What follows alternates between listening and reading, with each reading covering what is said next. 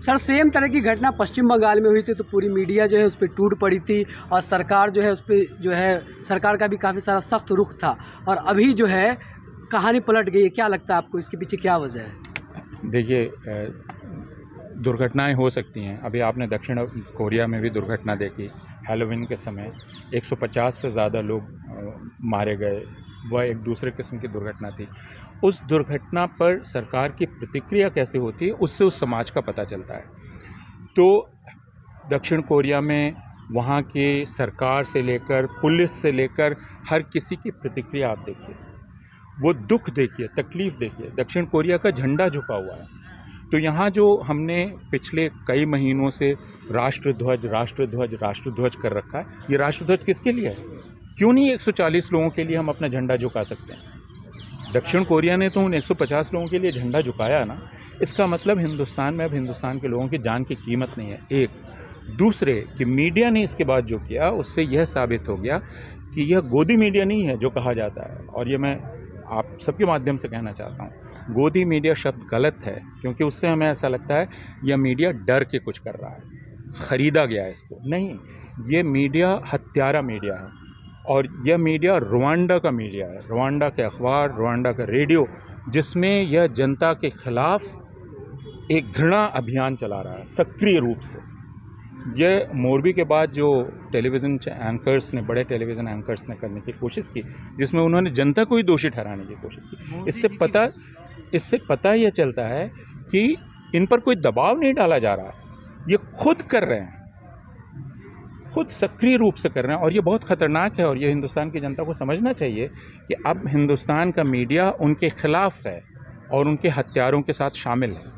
Germany में sir एक वक्त जो है हिटलर ने इसी तरीके से जो है प्रशासन के हवाले से जो है फिर लोगों का ब्रेन वॉश किया और जो है ये राष्ट्रवाद के नाम पर लोगों को एकत्रित किया। क्या आपको लग रहा है कि इस देश में अब जो है वो छंद राजवाद की राजनीति हो रही है? ये तो काफ़ी सालों से हो रही है, और कई लोग इसको समझाने की कोशिश कर रहे हैं कि राष्ट्रवाद एक ऐसा नशा है जिस नशे में डालकर आपके साथ कुछ भी किया जा सकता है, और उस नशे से बचने की ज़रूरत है। यह बात पिछले 6-7 साल से बहुत सारे लोग समझाने की कोशिश कर रहे हैं, लेकिन जाहिर है कि जब नशा चढ़ जाता है तो कोई बात सुनाई नहीं पड़ती है। सर, आप एक प्रोफेसर हैं, आप तमाम जो यूथ है उनसे इंटरेक्ट करते हैं। क्या लगता है जो अपकमिंग यूथ है उसको क्या समझ में आता है, या जानबूझ के वो कुछ नहीं कर रहा है? क्या रेवोल्यूशन आएगा? देखिए, यूथ का मतलब क्या है? 16-17 साल के लोग, 20 साल के लोग। प्रश्न यह है कि यूथ को जानकारी कौन दे रहा है, सूचना कौन दे रहा है? कोई एक घटना होती है, वह घटना क्या है मुझे मालूम होना चाहिए कि वह घटना क्या है। अगर वह घटना ही मुझे मालूम नहीं होगी तो फिर मैं उसके प्रति अपना रवैया कैसे बनाऊंगा? अगर हिंदुस्तान के सारे टेलीविज़न चैनल्स एक झूठा वीडियो चलाने लगें जिसमें वो कहें कि देखिए लोगों ने इसको गिरा दिया, तो जाहिर है कि जो 17 साल, 18 साल, 20 साल का नौजवान है वो यही समझेगा कि उसको गिरा दिया। तो कोई भी जब अपना विचार बनाता है, उस विचार को बनाने के पहले बहुत सारी चीज़ें होती हैं। उसको सूचना दी जाती है, सूचना का विश्लेषण कैसे किया जाए ये उसको समझाया जाता है। तो नौजवान ऐसे बनता है।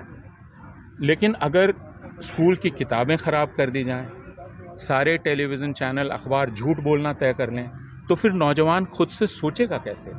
उसके पास क्या औजार है? मुझे ये बतलाइए। जैसे आप ये बात कर रहे हैं, ये किसी के पास पहुंचेगी, वो इसको देखेगा, सोचना शुरू करेगा। लेकिन अगर आप लगातार कहते रहेंगे कि मोरबी में जो मरे वही दोषी थे, तो फिर उसके सोचने की शुरुआत कैसे होगी? इसलिए मेरा नौजवानों पर से भरोसा ख़त्म नहीं हुआ है। मैं क्लासरूम में उनसे बात करता हूँ, यूनिवर्सिटी में उनसे बात करता हूँ, वो जानना चाहते हैं। प्रश्न ये है कि जो माध्यम है वो अपना काम कर रहा है। सर, अगर मोदी जी भावुक हो गए थे और मैं उनके बारे में मैं कुछ नहीं कहना चाहता हूँ, क्योंकि मुझे लगता है कि उनके बारे में कहना खुद को ही एक तरह से नीचे गिरा लेना है। मैं कुछ भी नहीं कहना चाहता हूँ। सर, अंत में एक सवाल ये लीजिए कि जो कंडीशन चल रही है इस टाइम देश की, ऐसे ही अगर और 5-10 साल चली तो क्या रहेगा? कैसे देखते हैं? आपका अनुभव क्या कहता है? कई देश होते हैं जो ऊपर से नीचे गिरते हैं, खाई में गिर जाते हैं, और उसके बाद उससे निकलने में उनको काफ़ी लंबा वक्त लग जाता है। तो अगर हिंदुस्तान की जनता यही तय कर ले कि उसे खाई में गिर जाना है, और सारे सावधानियों को, सारी चेतावनियों को वो नज़रअंदाज कर दे तो उसे उसकी बर्बादी से कोई रोक नहीं सकता। मैं ये मानता हूँ कि अभी भी हमारे पास वक्त है, हम रुक सकते हैं। आप जैसे लोग हैं जो अपने सीमित साधन में आप लोगों को बतलाने की कोशिश कर रहे हैं। इसलिए यह नहीं है कि हिंदुस्तान में सारे स्रोत अभी बंद हो गए हैं, लोग बहुत बहादुरी से लड़ रहे हैं। अब आपके पास कोई साधन नहीं है, इसके बावजूद आप लोगों तक बात पहुंचाना चाहते हैं। तो जब इतना सारा प्रयास चल रहा है तो मैं अभी उम्मीद हार नहीं रहा हूँ, लेकिन ये सब कुछ निर्भर इस बात पर है कि हिंदुस्तान की जनता सोचना शुरू करेगी या नहीं करेगी। आप जो कह रहे हैं उसको देखकर उसके दिमाग में सोचने की एक प्रक्रिया चलेगी या नहीं चलेगी। सर, कुछ लोगों का आरोप ये है कि घटना से 2 दिन पहले केजरीवाल और उनके कई नेता ने ट्वीट किया था कि गुजरात में कुछ बड़ा होने वाला है, तो वो ये आरोप लगा रहे हैं कि इसमें कहीं न कहीं केजरीवाल का भी हाथ हो सकता है। आप जानते हैं कि इस तरह के प्रश्न निरर्थक हैं। आप ये जानते हैं कि असल कारण उसका है कि उस पुल की मरम्मत का काम एक अक्षम एजेंसी को दिया गया था। उसमें एक आपराधिक लापरवाही की गई। इसलिए ये सारी बातें जो की जा रही हैं वो क्यों की जा रही हैं यह भी आप जानते हैं। इन पर चर्चा करना ही एक तरह से इन सबको वज़न देना है, इस तरह के तर्क को। लेकिन सर, जिम्मेदारी कोई नहीं ले रहा है ना। पहले हुआ करता था लोग तो इस्तीफा तक दे देते थे, लेकिन हाँ, अब तो इससे ये समझना चाहिए कि दरअसल भारतीय जनता पार्टी अपने मतदाताओं को यह कह रही है कि मुझे आपकी कोई परवाह नहीं है, आप मजबूर हैं हमें वोट देने के लिए, हमें आपकी जान की कोई परवाह नहीं है। आप मरें खपें, आपके साथ हम कितना भी दुर्व्यवहार करें, लेकिन आप हमें वोट देने के लिए मजबूर हैं। अब उस जनता को, मतदाता को ये सोचना है कि वह अपने प्रति इस अपमानजनक रवैये का जवाब कैसे देगा।